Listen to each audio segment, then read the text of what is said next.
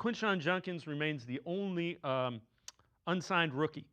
Browns likely waiting to see what happens with the league relative to a suspension. Either way, before they decide. Browns radio analyst Nathan Zegura on the running back situation.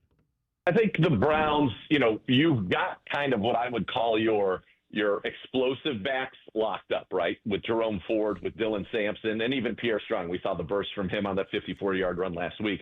But you really don't have that power back that Quinshon Judkins was drafted to be. You don't have the guy that even Deontay Foreman was brought in to be, although it didn't work out as well last year, or the Kareem Hunt had been for the Browns prior to that, along with Nick Chubb, obviously, who could do it all.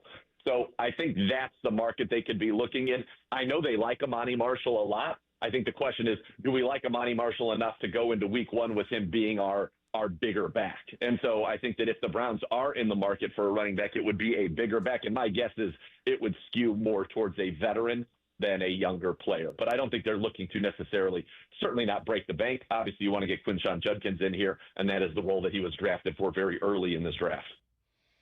And again, the concerning part, we haven't heard any updates. No, nothing new. Listen, maybe I'm just crazy. I just keep going back to it, man. It just pains me with this stuff because you could have had somebody. I see the breaking news. Browns looking at the running back market, looking for a veteran. And you had one in-house. His name is Nick Chubb. You could have kept him for a minimal sum, and he could have been a dude that you didn't even have to work. You didn't have to depend on the rookies. You could have had somebody in here. You didn't have to, we haven't seen Dylan Sampson all that much. We ain't really seen Jerome Ford all that much. And I get it. Like, I understand that you want to go young and you want to go with the youth movement, and it might go into their game plan because they might want to figure, hey, we want to be terrible this year so we can have good picks next year. But it just still irks me that I'm sitting here looking at the Cleveland Browns say they need help at running back when you had an opportunity to have all the help at running back that you needed. Is Nick Chubb where he's at today better than Amani Marshall? Of course he is. Is he better than Jerome Ford? Yes. Like it's one of those things where this shows you that when you spread yourself thin and you put all your eggs in one basket with rookies, they're rookies. See, look, this is the opposite case for the situation at quarterback. They just did it at running back. It was just different. It's quarterbacks, we're gonna slow play them. Running backs, there's like hit the ground running. We got Judkins, we got Sampson, we moving. They gonna play, and then all of a sudden, Judkins is not signed. He's not under contract, and now you're looking to go get some other people. I get it. That you would never envision this with Judkins, and you can't really control those type of things. But I've always been a person who said I like to cover my bases. And with a person and as good and as a hard worker as Nick Chubb is and what he meant to the organization, it would have been nothing to give him a couple of dollars here or there to just be in the rotation. And I think people were just worried about the fact that Nick Chubb is so polarizingly great, like that people love this dude, that any carries given to younger guys, you were going to hear about it.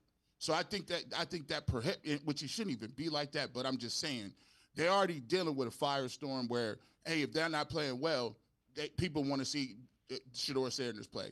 If they're not playing well, they won't say, well, you get a ball to Nick Chubb 1,000 times in a game. So I think they didn't want to deal with it a little bit, but Nick Chubb would look really good in this locker room right now. I ain't going to lie.